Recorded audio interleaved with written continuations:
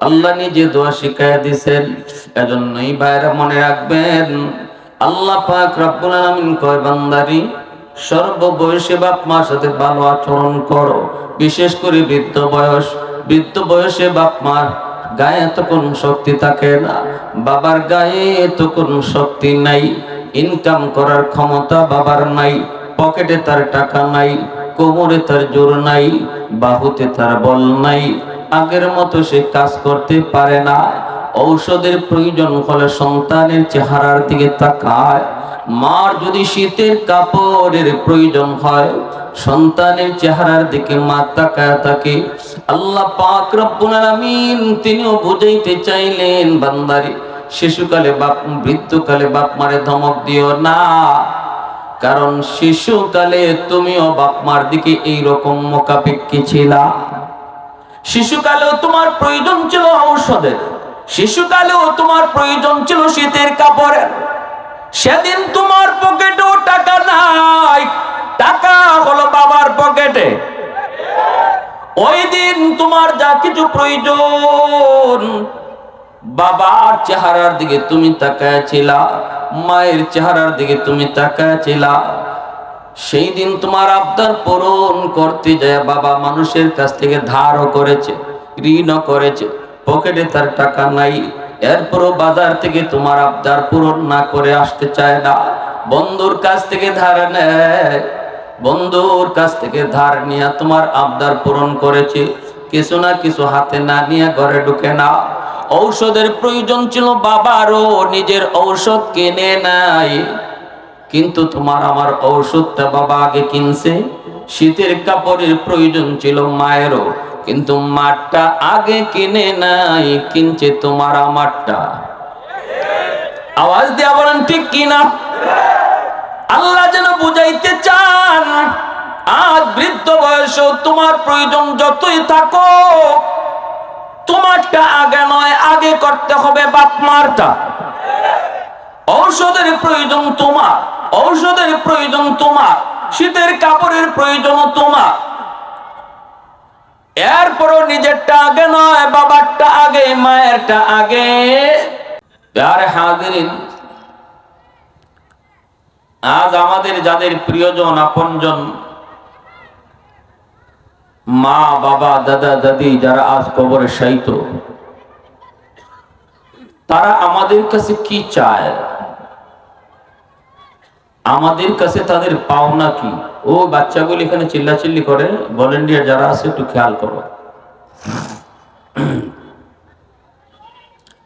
আমাদের মুর্দেগান তারা আমাদের কাছে কি পাওনা? আমি যদি আজ তাদের পাওনা পরিশোধ করি, আগামীকাল আমার সন্তানও আমার পাওনা পরিশোধ করবে। আমি আমার বাপ মার জন্য যা করব, আমার সন্তান আমার জন্য তাই করবে। মা বাবার খেদমত যে সন্তান করে, তার সন্তানও তার খেদমত করে। বাপ মার সাথে যারা বেয়াদবি করে, তার সন্তানও তার সাথে বেয়াদবি করে। এটা এক হাদিস শরীফে আল্লাহ নবী বলেছেন,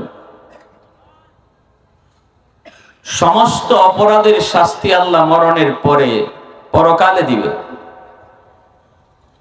কিন্তু একটা গুনার শাস্তি আছে যেটা আল্লাহ দুনিয়াতে নগদ দেয়। ইল্লা উকুকুল ওয়ালিদাইন ফাইন্নাহু ইউআজ্জালু লিসাহিবিহি ক্বাবলাল মামাত। মৌতের আগে আল্লাহ একটা গুনার শাস্তি দুনিয়াতে নগদ দেন। নবী বলেন সেই গুনাহটা হলো, সেই অপরাধটা হলো মাকে বাবাকে কষ্ট দেওয়া। যারা বাপ মার সাথে বেয়াদবি করে, বাপ মার কলিজায় ব্যথা দেয়, বাপ মার বদদোয়া নেয়, এদের উপরে আল্লাহ পাক মৃত্যুর আগে আগে দুনিয়াতে একটা নগদ শাস্তি দেন, আর সেই শাস্তিটাই হলো তার সন্তান তার সাথে এমন আচরণ করবে।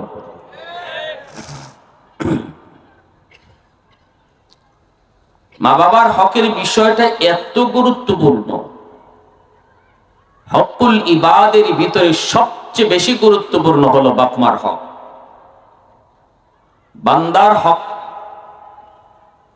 যেটা আল্লাহ পাক মাফ করেন না, হকুল্লাহ কেউ যদি নষ্ট করে আল্লাহর হক, আল্লাহ চাইলে মাফ করে দেন। একক তো নামাজ কাদা হয়েছে, আল্লাহ চাইলে মাফ করে দিবেন। একটা রোজা রাখি নাই, আল্লাহ চাইলে সেটা মাফ করে দিবেন, সেটা আল্লাহর এখতিয়ার। কিন্তু আমি যদি কোনো মানুষকে কষ্ট দেই, কোনো মানুষের হক নষ্ট করি, কোনো মানুষের ইজ্জত হানি করি, তাহলে এই গুনাহটার শাস্তি আল্লাহ পাক দিবেনই দিবেন। এটা আল্লাহ নিজে মাফ করবেন না যতক্ষণ পর্যন্ত যার হক নষ্ট করেছি, যার কলিজায় ব্যথা দিয়েছি অন্যায় ভাবে, সে যতক্ষণ পর্যন্ত মাফ না দিবে আল্লাহ তারে মাফ দিবেন না। এজন্য হকুল ইবাদ খুব ভয়ঙ্কর খতরনাক। এই হকুল ইবাদের ভিতরে সবচেয়ে বড় হক হলো বাপ মার হক। এজন্য আল্লাহ পবিত্র কোরআনুল কারীমের বিভিন্ন জায়গায় আল্লাহ তার হক আলোচনা করার পরপরই বাপ মার হকের নির্দেশ দিয়েছেন। যেমন আমি যে আয়াতে কারিমা তেলাওয়াত করেছি পবিত্র কোরআনুল কারীমের সূরাতুল লুকমান, আল্লাহ পাক বলেন আনিশকুর লি ওয়া লিওয়ালিদাইক। ছোট্ট একটা আয়াত, কিন্তু দেখেন আল্লাহ কি বললেন। প্রথমেই বলতেছেন আনিশকুর লি, আমি আল্লাহর শুকরিয়া আদায় করব। ওয়া লিওয়ালিদাইক, এই কথাটা কইয়া দেরি করেন নাই, সাথে সাথে বলতেছেন শোনো, এবং তোমরা তোমাদের মা বাবার শুকরিয়া আদায় করো।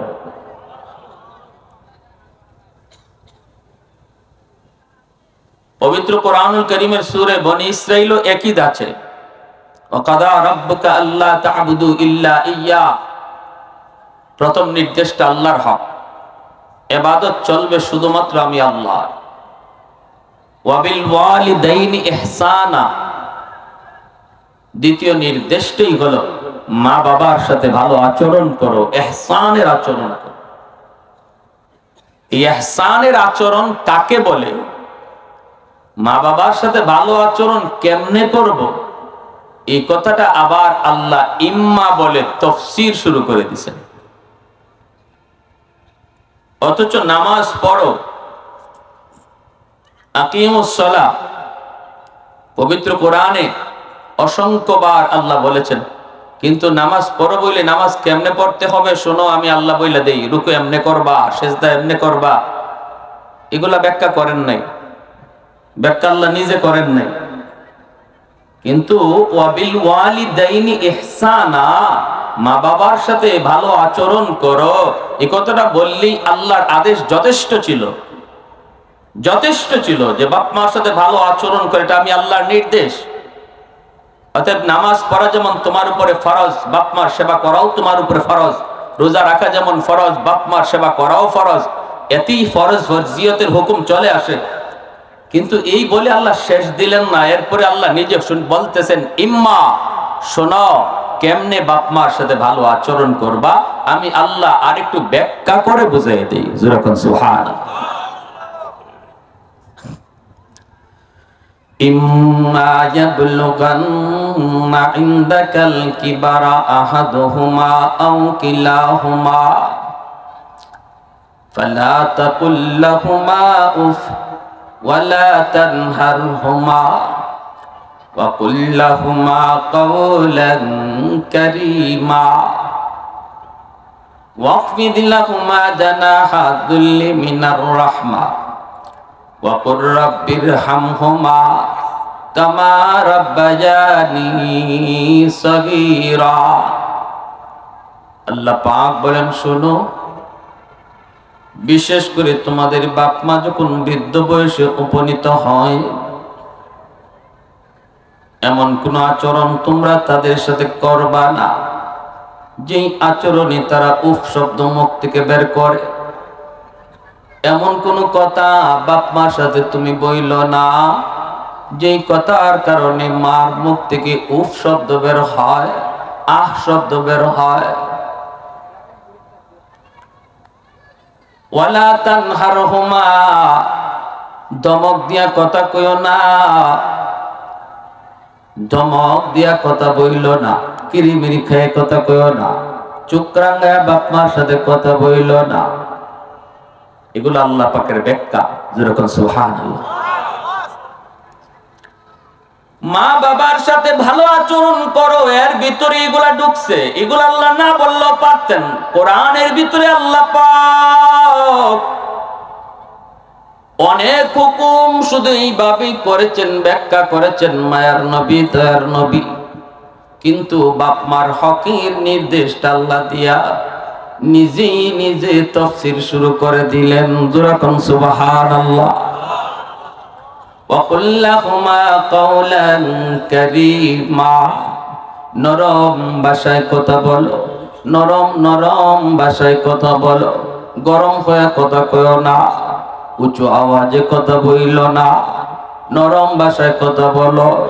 وَاخْفِضْ لَهُمَا جَنَاحَ الذُّلِّ مِنَ الرَّحْمَةِ وَقُلْ رَبِّ ارْحَمْهُمَا কামা রাব্বায়ানি সগীরা। এমন ভাবে তাদের সামনে ছোট হয়ে যাও, এমন ভাবে বিনয়ী হয়ে যাও, তোমার দুটা ডানাকে এইভাবে তাদের সামনে বিছায় দাও, যেন তুমি তাদের সামনে একদম মাসুম, একদম ছোট্ট বাচ্চার মতো থাকবা। সন্তান যত বড়ই হোক না কেন, বাপ মার কাছে সন্তান সর্বদা ছোট্টই থাকে, ঠিক কিনা জোরে বলেন? যত বড়ই হোক না কেন, এরপর সন্তান মা বাবার কাছে কোনোদিন বড় হয় না রে। বাপ মার কাছে সন্তান সব সময় ছোট থাকে। আল্লাহ পাক বলেন, আর যখনই দোয়া করবা, কেমন করে দোয়া করবা জানোনি?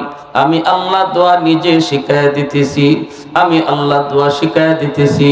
বাপ মার জন্য যখনই তুমি দোয়া করবা, আমি আল্লাহর শিখায় দেওয়া দোয়াটাই তুমি আমার কাছে বলবা। দোয়া যদি আল্লাহ নিজে শিখায় দেন, তাহলে বোঝা গেল এই তরিকায় দোয়া করলে দোয়া কবুল হবে 100% গ্যারান্টি, ঠিক না? ফ্যাক্টরির মালিক যদি কয় 100 জন মানুষ চাকরি নেওয়ার জন্য আসলো, নিবে একজন, চেহারা দেখে পছন্দ হয়েছে, নাম শুই না পছন্দ হয়েছে, গ্রাম শুই না তার পছন্দ হয়েছে, সব কিছুর দিক দিয়ে তার পছন্দ হয়েছে। এইবার ফ্যাক্টরির মালিক যদি কয় তুমি কেন আসছো? কয় আপনার ফ্যাক্টরিতে চাকরি নেওয়ার জন্য।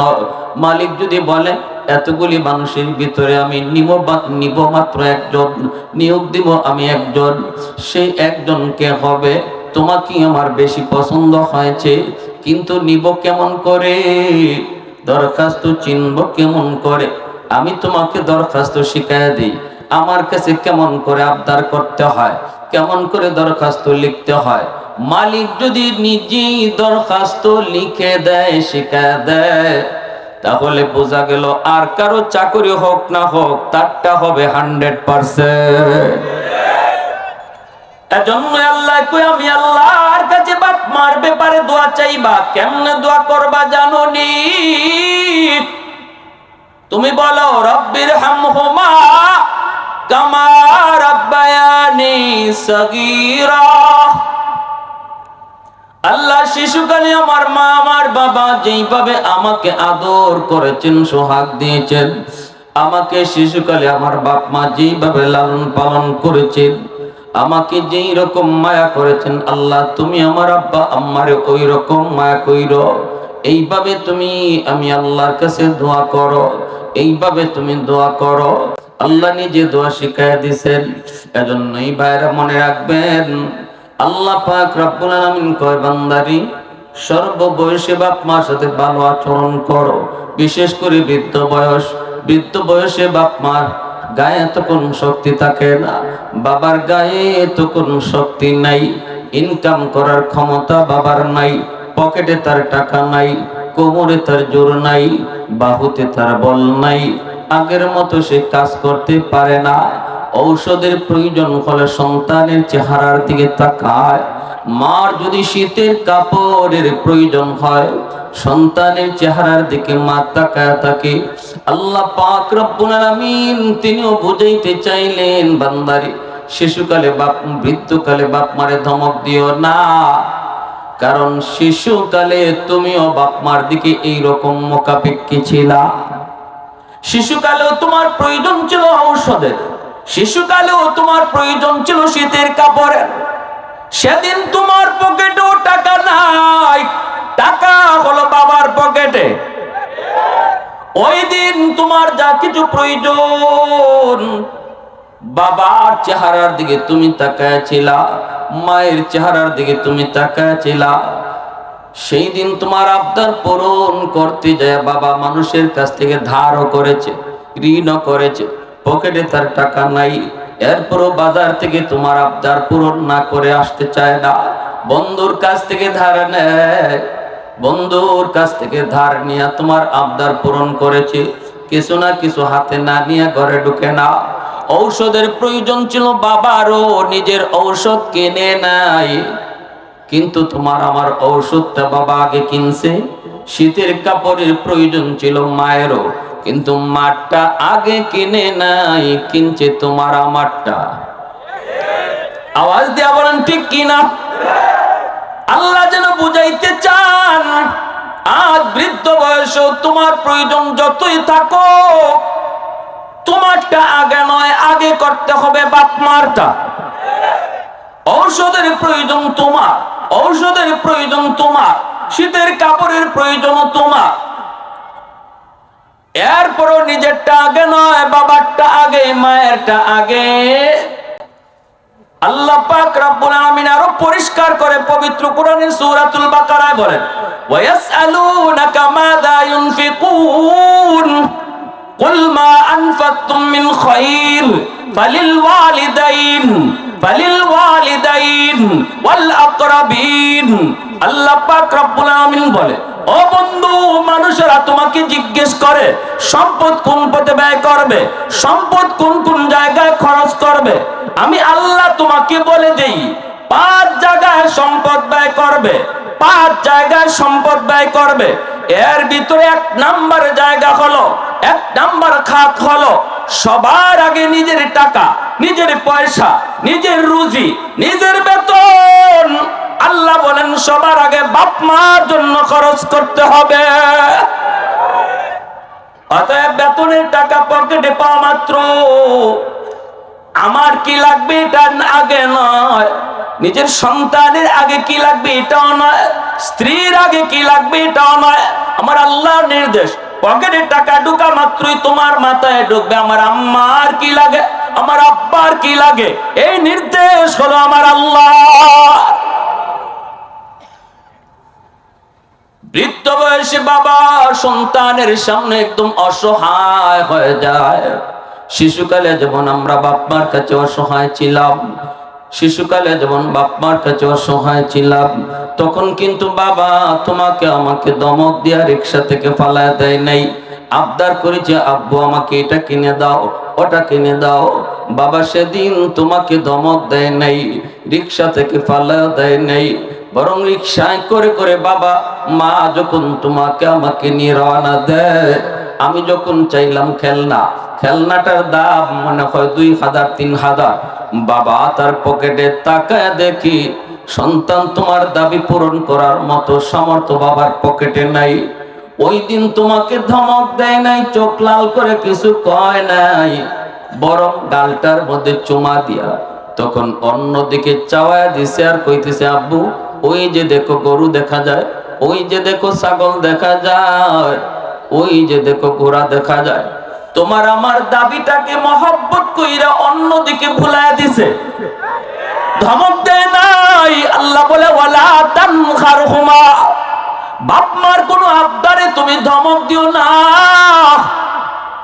মা বাবার কোনো আবদার শোনার পরে ধমক দিও না, কারণ শিশুকালে আমার আবদার শুই না বাবার ধমক দেয় নাই, মহব্বতের সাথে আমার দাবিটাকে অন্যদিকে ডাইভার্ট করে দিয়েছে, ডাইভার্ট করে দিয়েছে। আল্লাহ পাক রব্বুল আলামিন এত সুন্দর করে আমাকে